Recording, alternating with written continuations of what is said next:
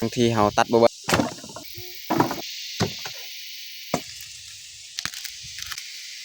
พันตัวกลมน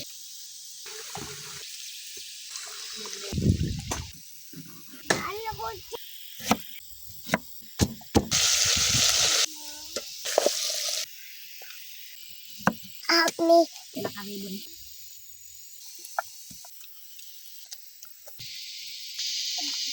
ปักทางให้มาหลักอย่าลืมกดไลค์กดแชร์และกดติดตามเด้อพี่น้อง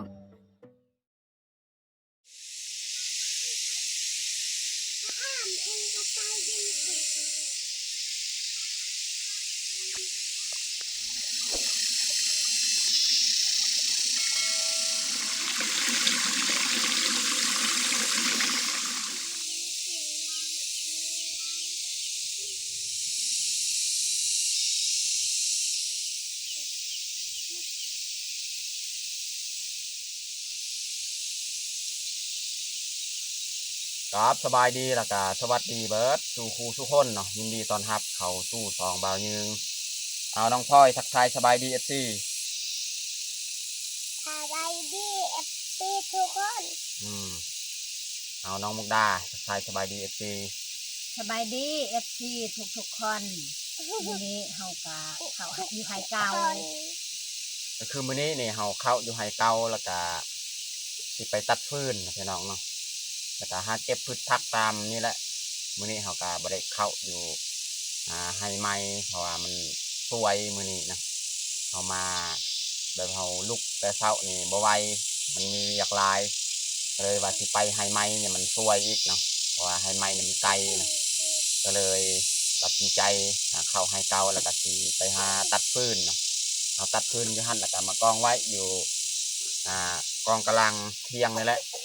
ตอนใดมีโอกาสเฮาเข้าอยู่นี่เฮาก็เอาแต่นี้เกี่ยกลับบ้านเนาะแบกกลับบ้านเนาะแล้วก็มื้อนี้เฮาก็ถือเขาวนำมานำแล้วก็มาเฮ็ดกินเฮ็ดยากอยู่เที่ยงไฮเก่าเนาะโอเคแต่ทุกคนติดตามเบิ่งติดตามชมกับพวกเฮาได้ยาวๆเลยจ้ะสภาพเที่ยงไฮเก่านี่ก็นักเปเพแล้วพี่น้องเนาะวันนี้เขาสิเริ่มขึ้นไปตัดฟืนเลยเนาะเมียนี่ยางไปก่อนได้ยินเสียงดังครับเสียงดังตัดฟืนแล้วให้น้องพลอยอยู่เที่ยงนั่นแหละเราสิขึ้นไปตัดเลยเนาะนี่แหละต้นไม้ที่มันแห้งๆแบบนี้แหละเขาตัดเอา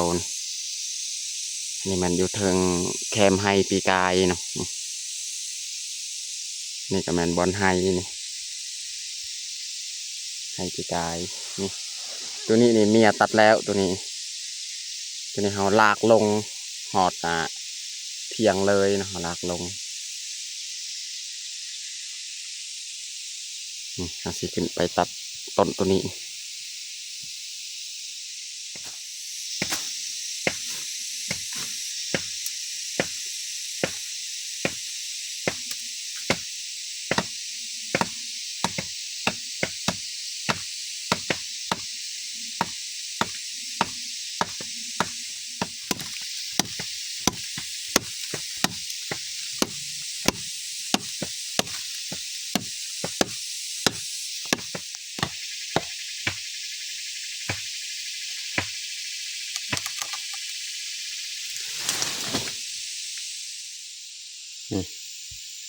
ไม้ที่เรา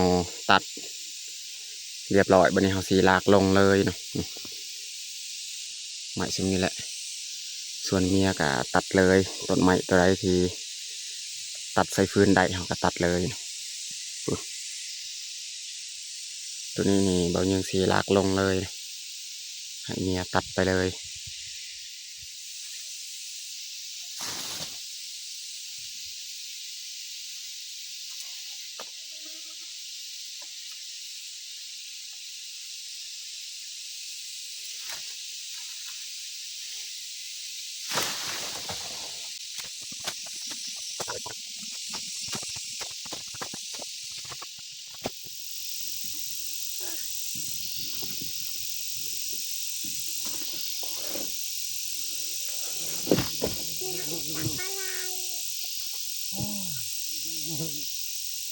เขาลากลงไปเทิงเลยใหม่มันแห้งเขาลากลงเบัดแล้วจึงมาตัดอยู่นี่บนเดียวตองไว้อยู่ตารางเพียงส่วนเมียนี่มันตัดไปเลยแล้วค่อยลากลงเลย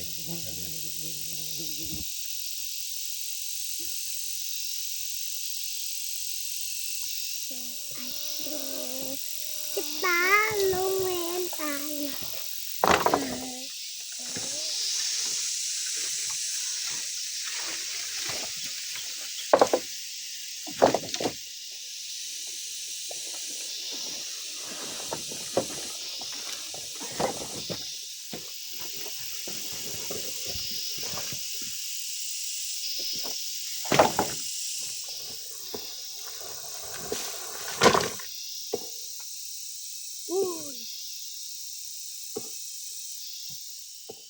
ตอนนี้ก็เมียมาแล้ว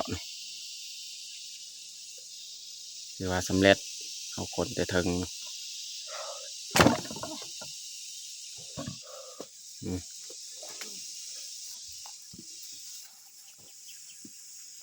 ลายเติบแล้วไม่เสียเอาคนไว้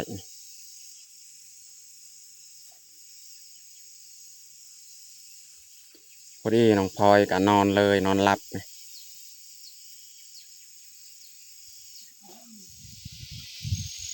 ฟืนอันนี้นี่บางทีเราตัดบ่เบิดดอกพี่น้องเนาะมันลายเราก็ตัดสำใดเราตัดได้จังหน่อยเนาะบางทีเราตัดซ้ำเราเจีย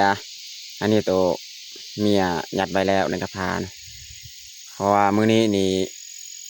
ฮอด10 โมงนี่เขาคนตัวนี้จึงแล้วนี่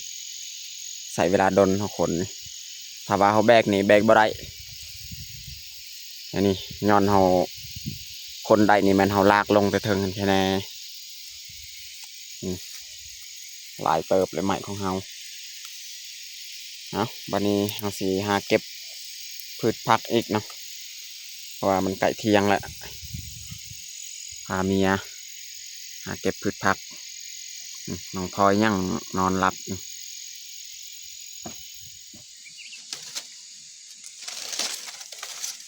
เก็บยอดมะอึ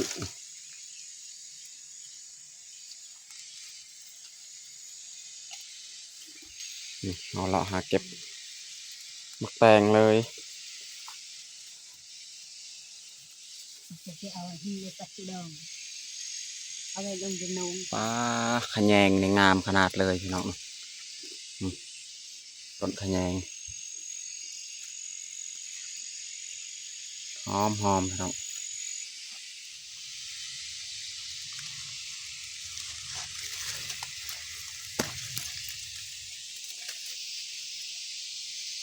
เอาสาลีนำ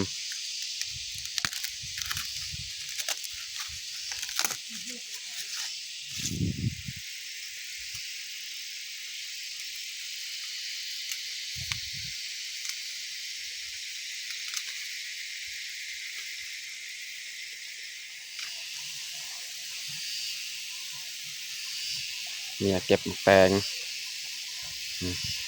มะแตงมันแซ่บพี่น้องมะแตงพันธุ์ที่เขาปลูกแถวบ้านเฮานี่มันมะแตงพันธุ์แซ่บนะพูดกันยังมีจักหน้อยอีกเขาไปเก็บเนาะตอนนี้เขาเก็บซ้ำเขากินจักหน่อย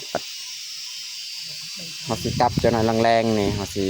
เก็บเอาเมื่อบานเลยตอนนี้นี่มันใกล้เที่ยงแล้วเราก็เก็บซ้ำเอามาเฮ็ดอาหารเที่ยงพี่น้องซ้ำเก็บกินพอแล้วเราเก็บสำนี้ซ้ำเราเอาไปเฮ็ดกินนี่พืชผักมะแตงเพราะว่าตอนแรกเขายังสิเก็บเอาเมื่อบานตอนนี้เขาเฮ็ดกินเขาเก็บกันแต่ว่าเก็บดนมันหิวข้าวเพราะว่ามันสิเที่ยง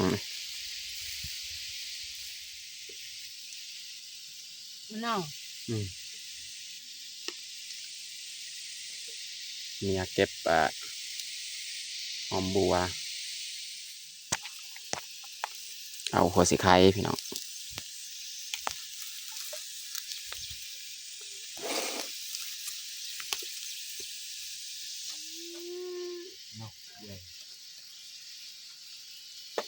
อนนี้เราก็เก็บพืชผักเรียบร้อยเนาะเก็บสำเอามาเฮ็ดอาหารเนาะต้องพลอยกับตื่นแหละเนาะเอาตีเริ่มเฮ็ดอาหารจ้าดอกเจ้าเนาะของเจ้าครับ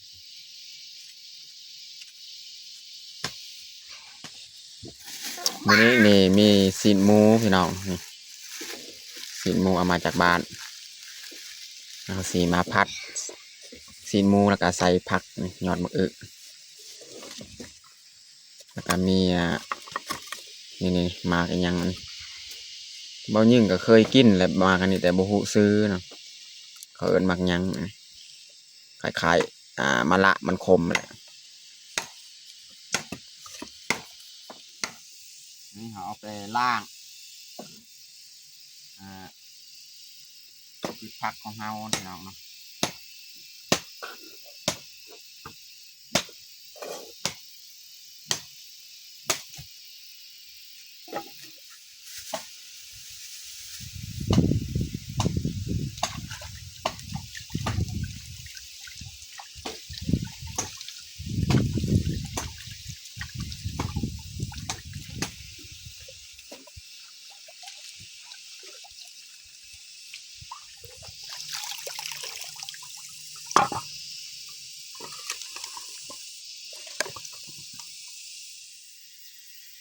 ตอนนี้เฮากาล่างพืชผักของเฮาเรียบร้อยพี่น้องเนาะ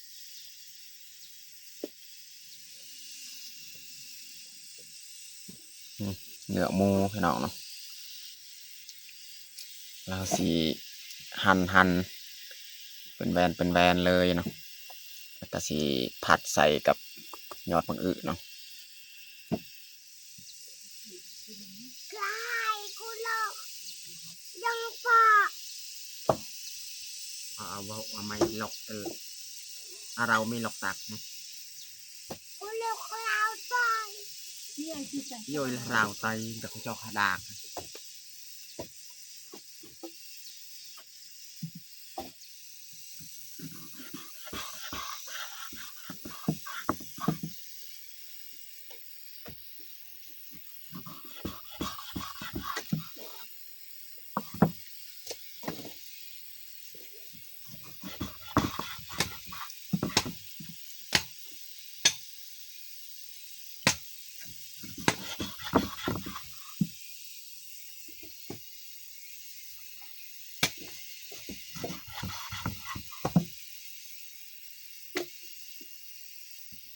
อันนี้กูจามเบื่อน้ำดาวกูยำนก บาลเบตาลัก อาหาร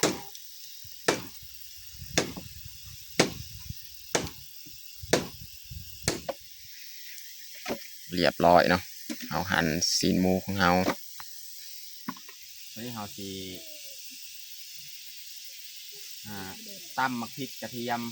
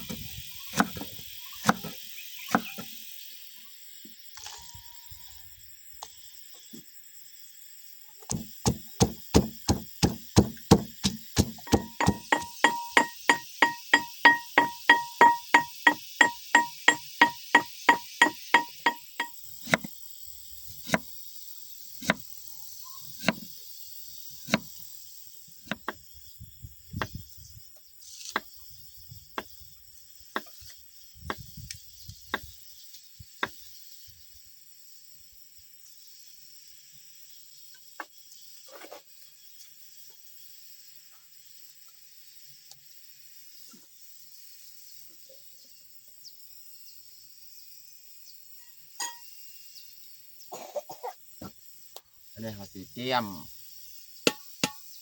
ผัดเลยแต่ว่านี่มีอย่างจีข้าวโพดจีสาลี ไว้นะเฮิร์ดแล้วก็มีบนไข่ ปิ้งสาลีพี่น้องเนาะ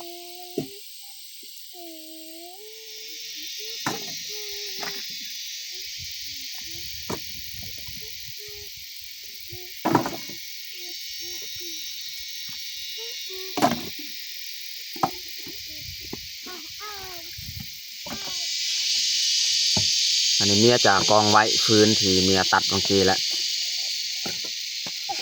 เขาก็ตัดเอาสำใดได้เรือนั้นก็ไว้เพราะว่าฟืนของคนมันลายตัดบ่เบิดดอกน้องดำนี่มานอนอยู่กลางเลยเย็นดี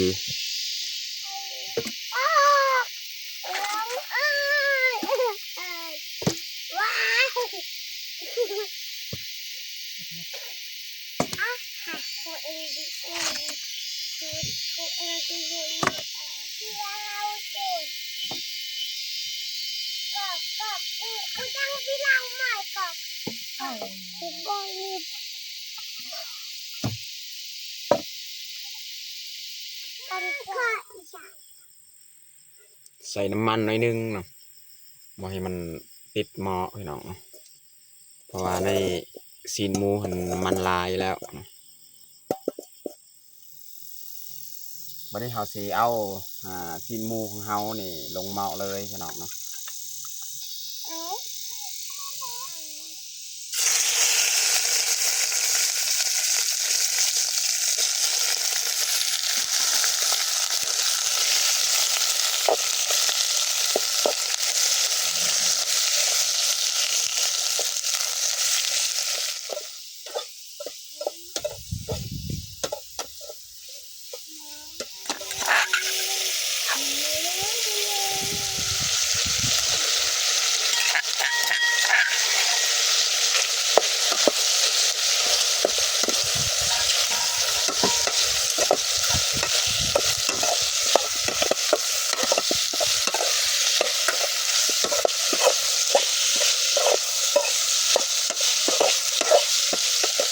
แต่ว่าซีนหมูแบบน้ำมันคอยนี้เนี่ยเราจะใส่พริกกระเทียมนี่ไปก่อนเนาะแต่ว่านี่เราจะคั่วน้ำมันหมูนี่ก่อนเนาะ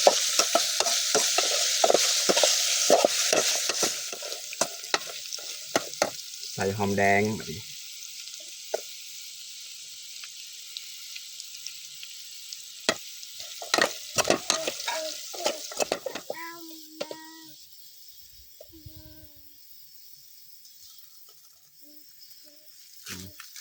ปรุงเกลือเป็นนัวเนี่ยเอาไว้อยู่เทิงเพราะว่าอยู่เที่ยงให้เก้าเนี่ยเราก็บ่ได้เข้าประจำต้องเอาไว้บอนดีๆพี่น้องเนาะใส่เกลือนี่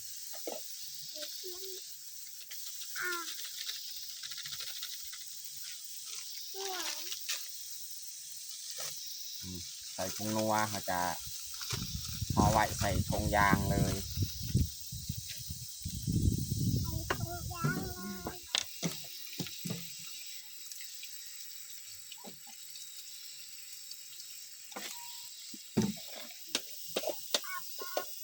วันนี้เขาจะใส่ผักของเราเลยเนาะ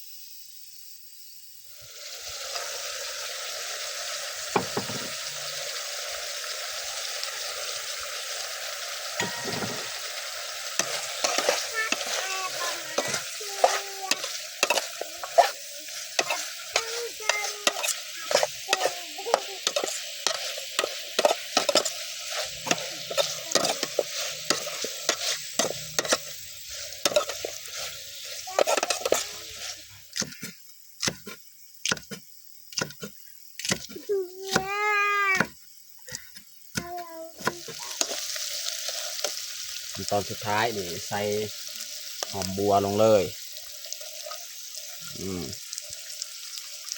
เรียบร้อยพี่น้องเนาะ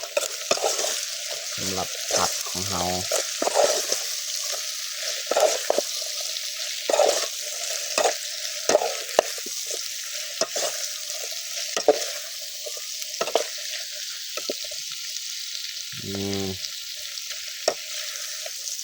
ซ้ำๆเลยพี่น้อง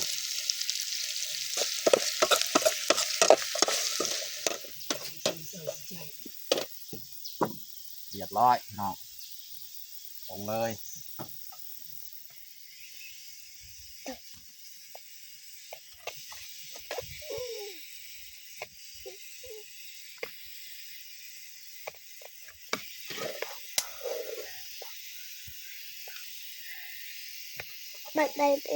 พอดีเต็ม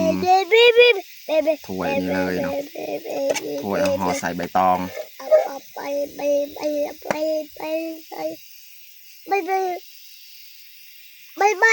ห่อใส่ใบตองเพื่อให้มันได้สีสันพี่น้องนี่มันมักนัดพี่น้อง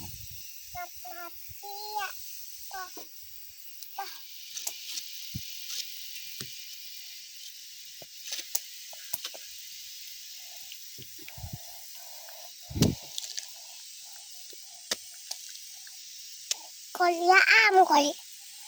มีถักบ้าติยังไงฮะ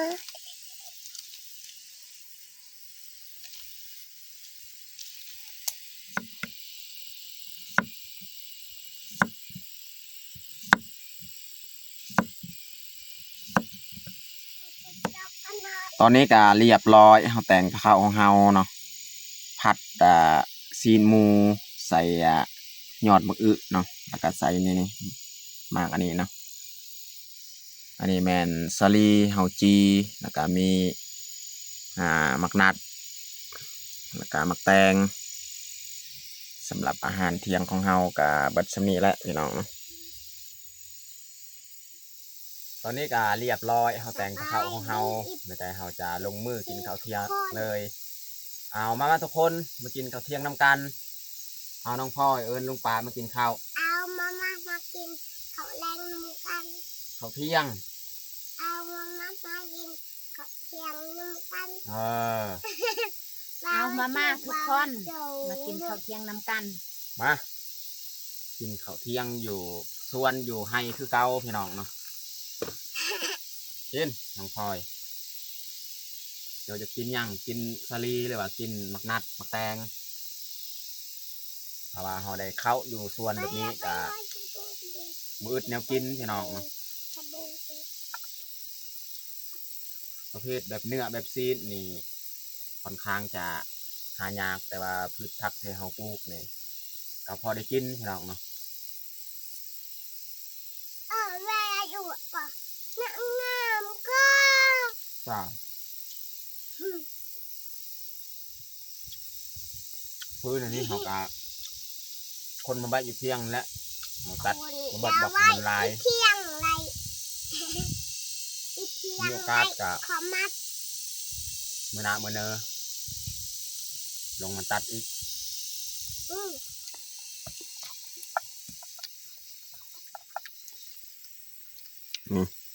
เข้ากันผัดกับปลามากอันนี้พี่น้อง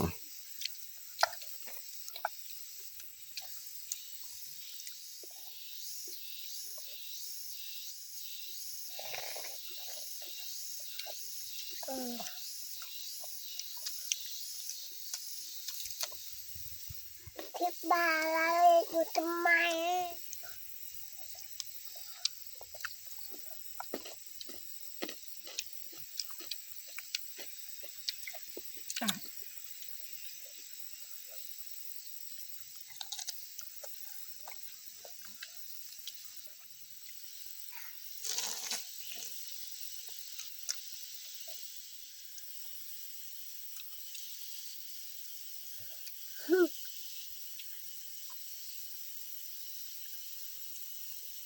พอดีนี่มันกินเขาแล้วจะอยากกินน้องพลอยนี่กินหมักนัดก่อน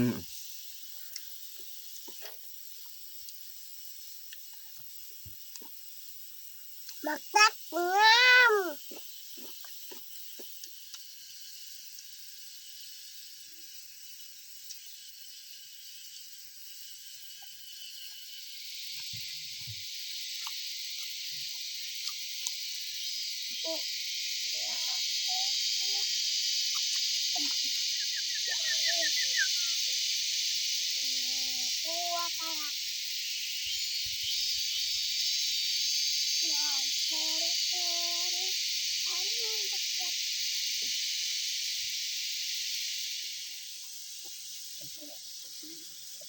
ตอนนี้ก็หลังจากกินข้าวกินน้ำแล้วพาเมียไปเก็บมักแตงอันนี้เขาสิเอากลับบ้าน ไปแจกยาให้พี่น้องพี่นุงที่เฮาเคยให้กัน เล่าเลย เปสนี่หมากโตใหญ่พี่น้องเมียเก็บนี่ได้ประมาณ2 โล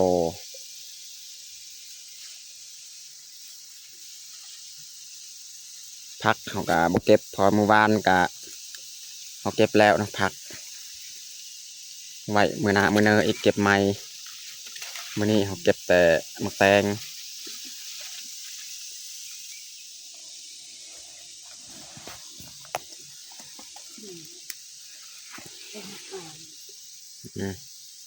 ตัวนี้หมากมันมนเนาะหมากมันมนกลมๆพี่น้อง ว่าเอาที่จะเลยดูกระดิ่ง อันนี้จะหมากใหญ่พี่น้องพันตัวกลมๆนี่หมากใหญ่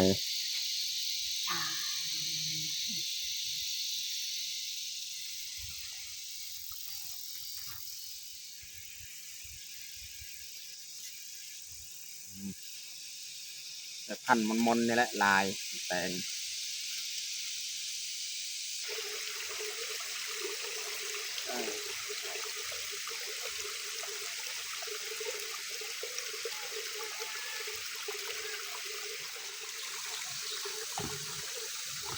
เต็มกระพาเลยพี่น้องนี่พอแล้วจังหน่อยเครื่องยังสีหยัดนะครับเอาน้องพลอยจะมาเห็นยังมันฮอนมันแดดนี่ไปกลับกลับ